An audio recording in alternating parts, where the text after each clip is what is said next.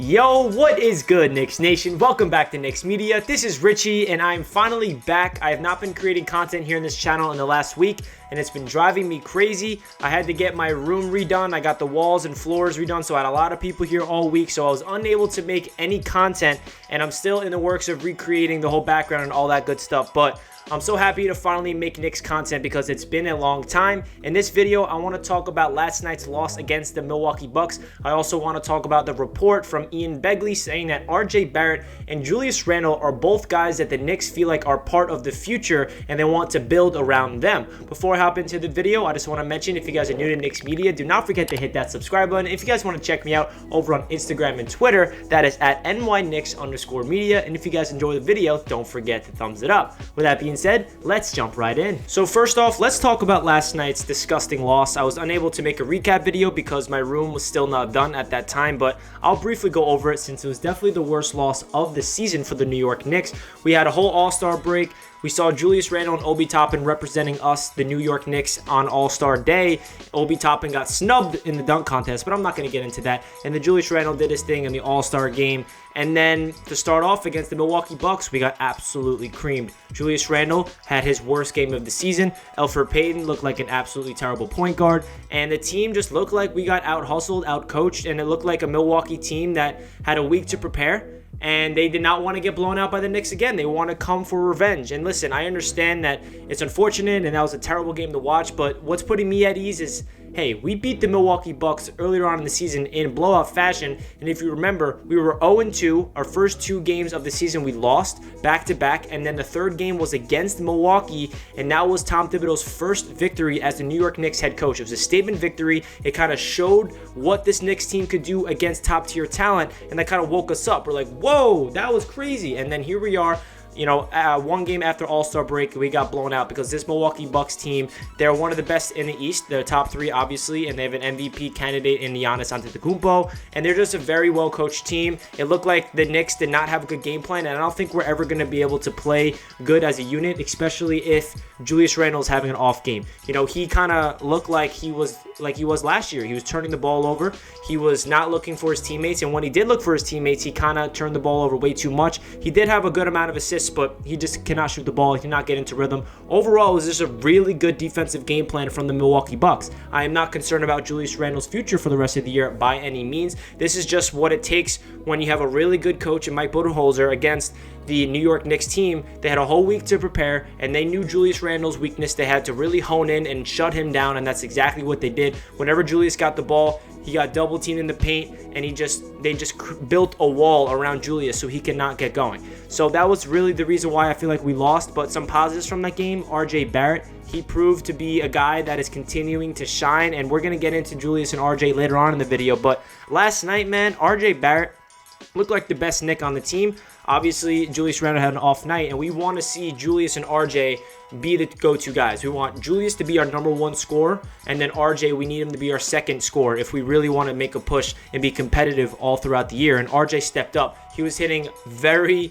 good jump shots from the mid-range, step backs, just driving to the rim, had that ridiculous dunk, that nice hesitation, and dunked on, I think, Brook Lopez it was. He shot 50% from three, 1 of 2, and he was just all over the place. And it's unfortunate because RJ Barrett had such a phenomenal game, but the Knicks as a unit did not play good at all. And I want to get into Elfrid Payton. Elfrid Payton is the starting point guard for the Knicks, as we know, and I don't know the exact stats, but Elfrid Payton shot the ball way too much last night, and he did not shoot efficiently, and I'm pretty sure he finished with 0 assists. The amount of times I watched Elfrid Payton dribble the clock out on the shot clock, and then there's 5 or so seconds left, and he pulls up, or he dishes it to Nerlens and down low, and he puts up a terrible shot, is insane. A point guard does not do that. A point guard is somebody that gets their teammates involved. You need fluidity, you need continuity, you need ball movement, and Elfrid Payton has tunnel vision at times, and it drives me crazy. He even pulls up when it's earlier on the shot clock. It's like 17 seconds on the shot clock. He pulls up from mid-range and bricks it. Like, that drives me crazy, and the Knicks need to do something at the point guard position. We're obviously missing Derrick Rose a ton. I like the unit backing up IQ and Frank, But when Elfrid Payton, what is Elfrid Payton's role when Derrick Rose gets healthy? Is Frank the one that gets out of rotation, and then it's Derrick Rose to the bench, and Elfrid Payton continues to be our starting point guard? Me personally, I just don't think that this Knicks team could go as far as we want them to with Elfrid Payton as our starting point guard and Reggie Bullock as our starting wingman. Need to be upgraded, and we got to give the Knicks a lot of credit because those two guys, Reggie and Elfrid, on the starting lineup for the entire season, and we're at 500. Reggie, he's not a terrible player. I'm not saying Reggie should be off the team, but Reggie Bullock is a role player. He's a guy that comes off the bench on a really good playoff team around the NBA. He's a guy that can come in and do 3-and-D. But is he a starting small forward in the NBA? I don't think so. He's a guy that can do not really a lot. Catch and shoot threes in rhythm.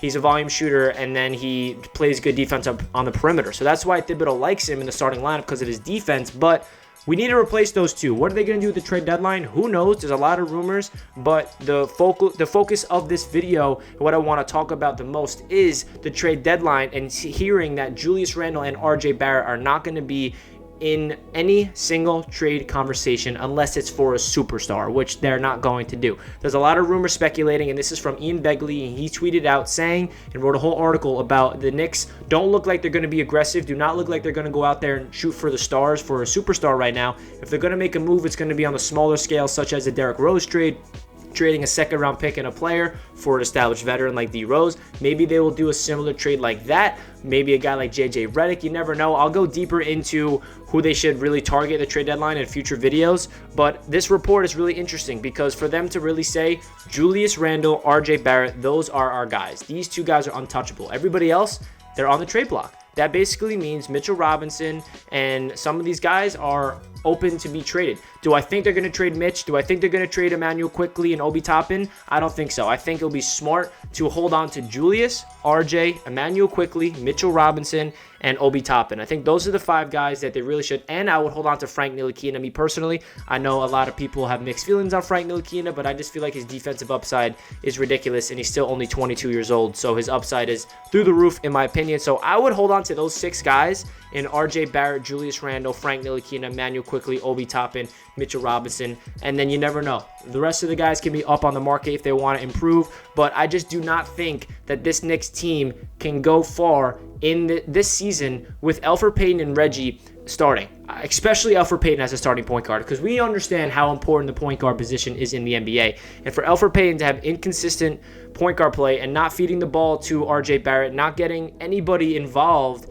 it's going to drive me insane. It's going to drive you insane. It's going to drive the entire Knicks fandom crazy because that is not what we need. We need Derrick Rose to come back and Elfrid Payton to be replaced. But let me know down below in the comment section what you guys feel like of this report. Do you think they're not going to trade Julius and RJ? Do you feel like they're our guys for the future? I think so. I think that Julius Randle is proven to be the future of this Knicks team. And granted, he has a whole second half to prove it still. Obviously, the first game against the Bucks was a little scary. It was like, whoa, Julius Randle does not look like all-star Julius Randle right now, and that's okay. Every single player in the world, whatever sport you play, they have off nights. Even the greatest to ever do it, they go out there and stink it up once in a while. So it's not the end of the world. If this continues for the next couple weeks, then yeah, that's a conversation we'll have. But right now, at this moment, that's not something we need to be worried about. I'm expecting Julius Randle to have a very similar second half of the season like he did on the first half, averaging 23, 11, and 5 around that range. And then RJ Barrett, he's been getting better and better and better throughout this season.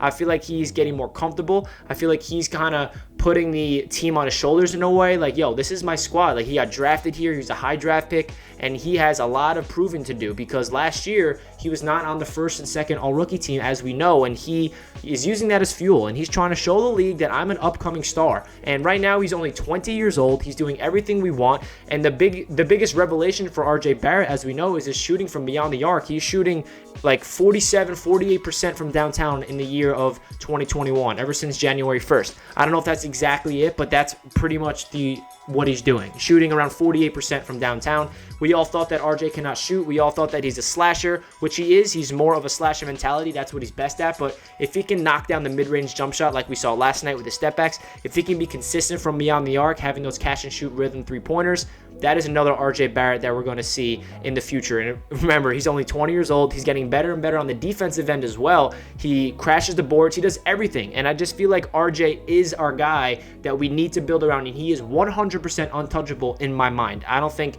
we should trade him for anybody. I don't care who it is. If we're trying to target a superstar, we need to partner RJ with the superstar on the Knicks. We don't give RJ away for the superstar. So I don't really expect the Knicks to go crazy for a superstar right now at all. That's all I'm saying. But obviously, the Knicks front office, Worldwide West, Leon Rose, and Scott Perry and all these guys, they're going to be on the phones throughout the trade deadline, and I feel like they're going to try to upgrade this team right now, but I do not think they're going to go crazy. I think when they really want to bring in a big fish superstar, that's going to be later on the offseason, and they're going to really worried about that then. So that really does it for this video. I'm happy that I finally got to make one because it's been driving me crazy for the past couple days. I have not been able to make Knicks content. If you guys stayed till the end of the video, make sure you comment down below a Statue of Liberty emoji so I know you were here until the end. Also, comment any takes, and I hope you guys are having a fantastic day. Let's go Knicks. I'll catch you guys in my next video. Peace.